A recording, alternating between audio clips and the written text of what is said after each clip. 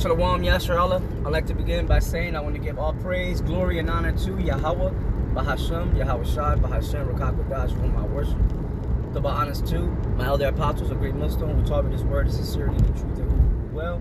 Salutations be to the hopeful elect that are pushing the true gospel of Yahweh Bahashem, Yahweh Shai all throughout the world, so that they may receive their cross of salvation. May the Lord grant you your cross of salvation, and salutations be to the great cloud of witnesses of Yahshua all throughout the world, amongst the nations, so looking like the other nations and believing. May the Lord bless you with his salvation at his appearance, at his appearing.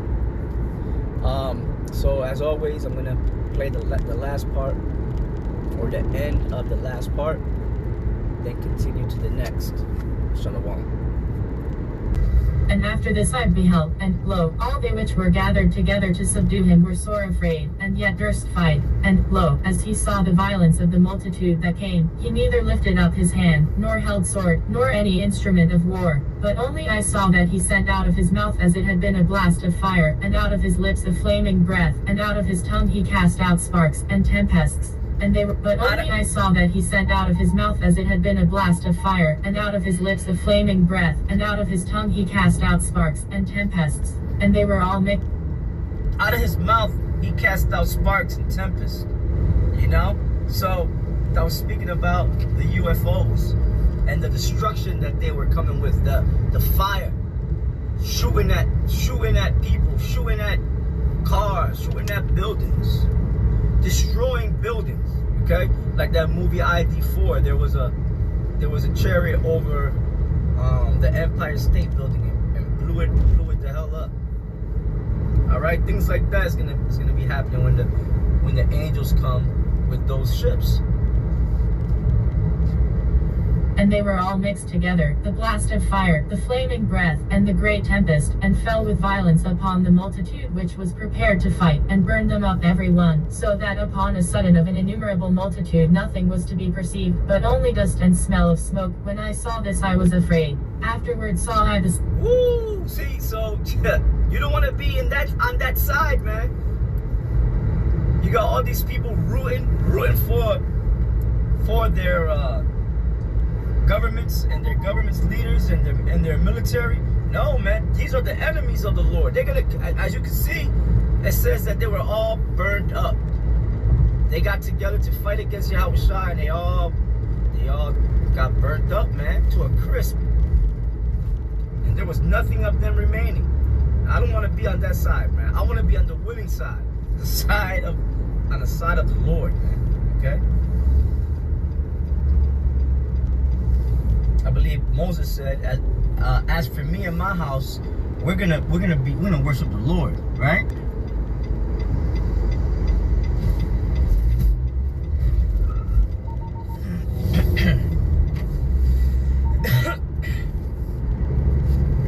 Afterward saw I the same man come down from the mountain, and call unto him another peaceable multitude. And there came much people unto him, whereof some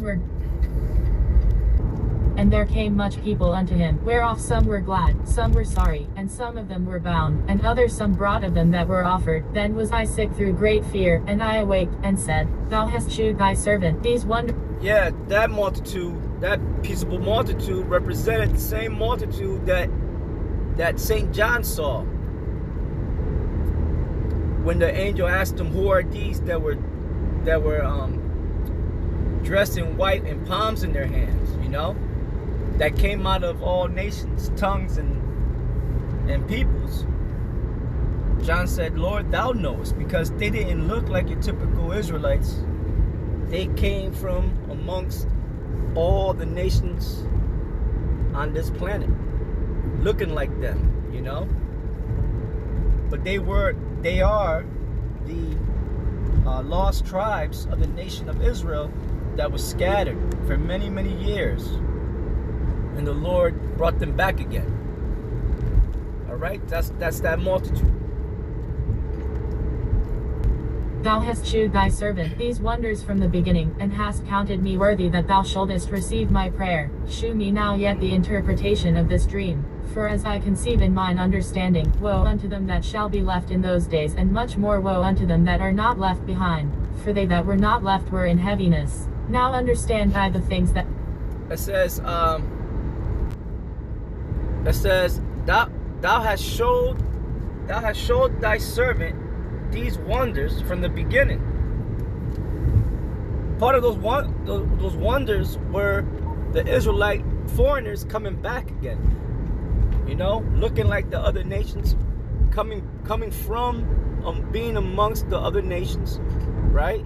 Because that was prophesied in the book of Habakkuk or Habakkuk.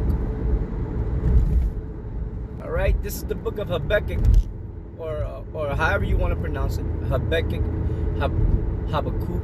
You know, chapter 1, verse 5. It says, "Behold ye among the heathen." Who were the ones that were going to be among the heathen? The Israelites.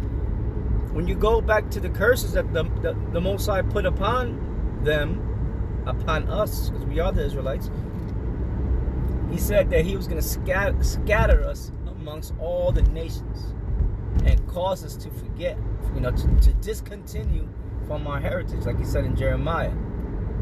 All right? So at the end, which we're living at the end of the world now, the last days, the Lord's going to recover them, or the elect of them. All right? A certain choice cluster of them. And how is he doing it? By the prophets, by way of the prophets preaching his word out there in the highways, byways, and hedges, through the internet, through YouTube, right? Which is the unicorn's horn. It says, "Behold ye among the heathen, and regard and wonder marvelously, for I will work a work in your days which ye will not believe, though it be told you." Right? Because your typical Israelite is not going to accept the fact that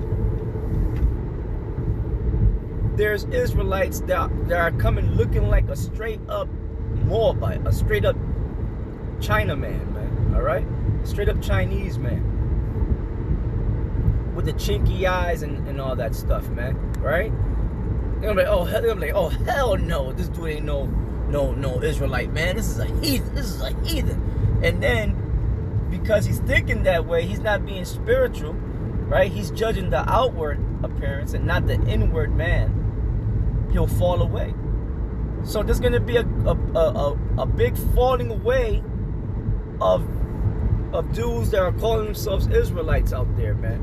Once they start seeing, all right, these Israelites coming from amongst the other nations and believing and calling upon the name of the Lord, Yahweh Bahashem, Yahweh Shai. You know? So we're living in those days, man. And when you see it come to pass, praise the Lord, man, because that's definitely the Lord's handiwork, man. You know, and it's also a sifting process, because the Lord said he was going to sift the house of Jacob in Amos, right? Amos 9th chapter. So when you see this come to pass, do not be alarmed or not. Just give praise and see how about Shem Shai, man. You know, because that's a beautiful thing. You know what I'm saying? And it's already happening. You know, it's already happening. Thou hast shewed thy servant these wonders from the beginning, and hast counted me worthy that thou shouldest receive my prayer. Shew me now yet the interpretation of this dream. For as I conceive in mine understanding, woe unto them that shall be left in those days, and much more woe unto them that are not left behind. For they that were not left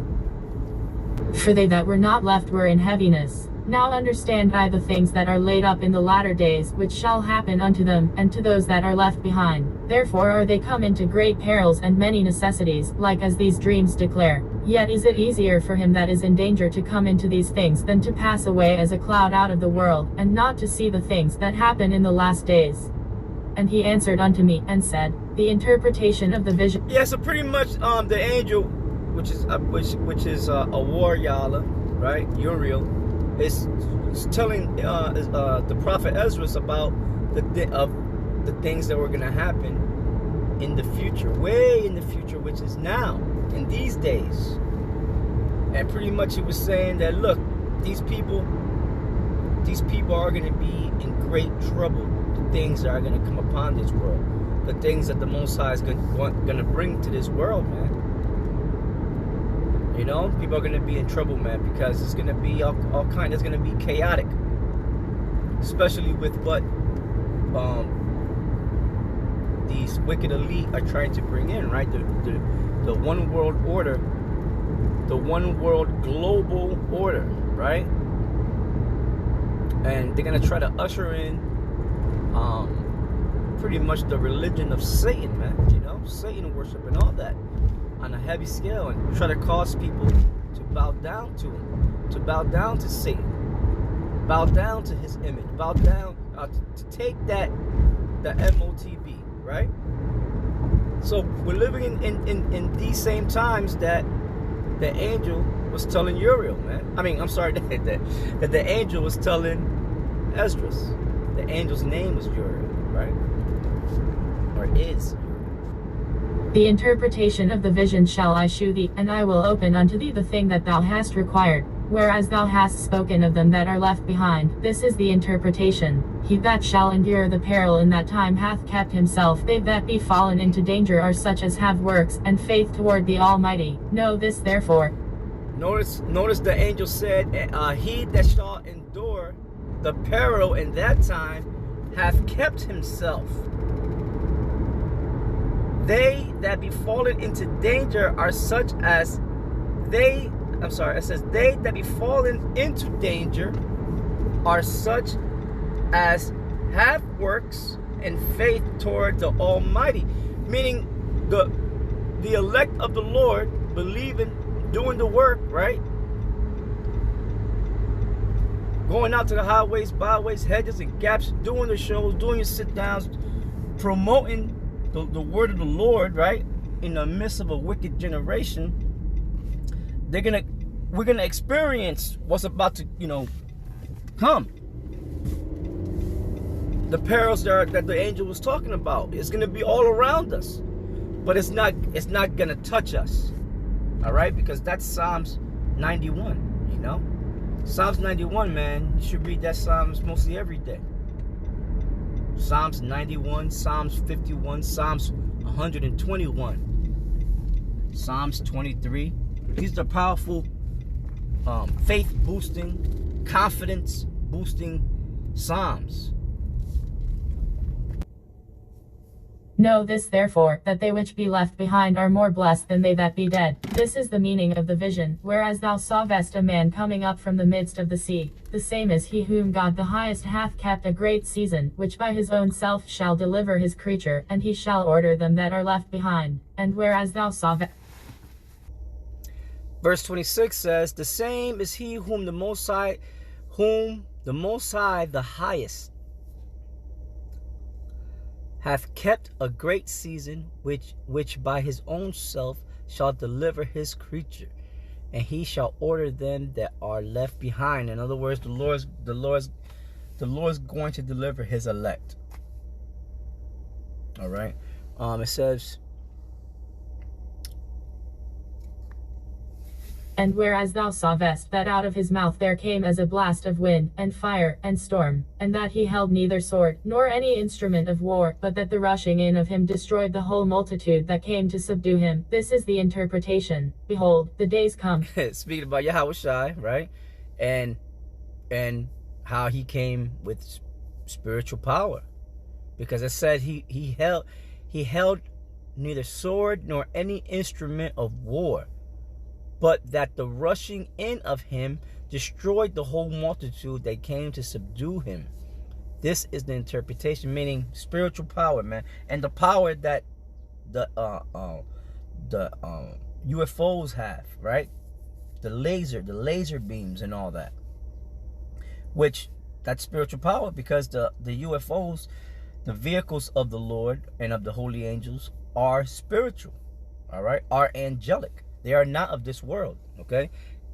All right, they weren't created at some kind of Ford manufacturing company, all right, or a aerospace company, man. Okay. Behold, the days come when the Most High will begin to deliver them that are upon the earth, and he shall come to the Ooh, verse 29. Now that's a powerful scripture right there, man. It says, behold, the days come when the Most High will begin to deliver them that are upon the face of the earth. But not everyone, right? Only an elect, only a chosen number. Only a chosen number, not everyone, man. All right. The unbelievers of his people, of the nation of Israel, will be left behind and be destroyed and be tortured by the fire that's coming. Okay. The 1/3 of Israel, right, of Yasharallah, he will deliver. And he shall come to the astonishment of them that dwell on the earth. And one shall undertake to fight against another, one city against another, one place against another, one people against another, and one realm against another. And the time shall be when these things shall come to pass, and the signs shall happen, which I shewed thee before. And then shall my son be declared, whom thou sawest as a man ascending. And when all the people... Verse 32, it says, and the time shall be when these things shall come to pass, and the signs shall happen, which I showed thee before. And then shall my son, who's the Most High's son? Yahushua. Then shall my son be declared, whom thou sawest as a man ascending. Meaning,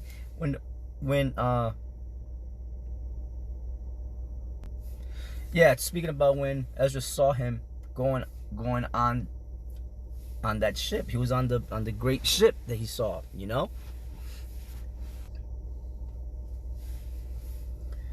Yeah, meaning, like when the 12, they saw Yahushua go up into a UFO, into a chariot, right, of the Lord. So they saw him ascend into it, right? He got beamed up into it.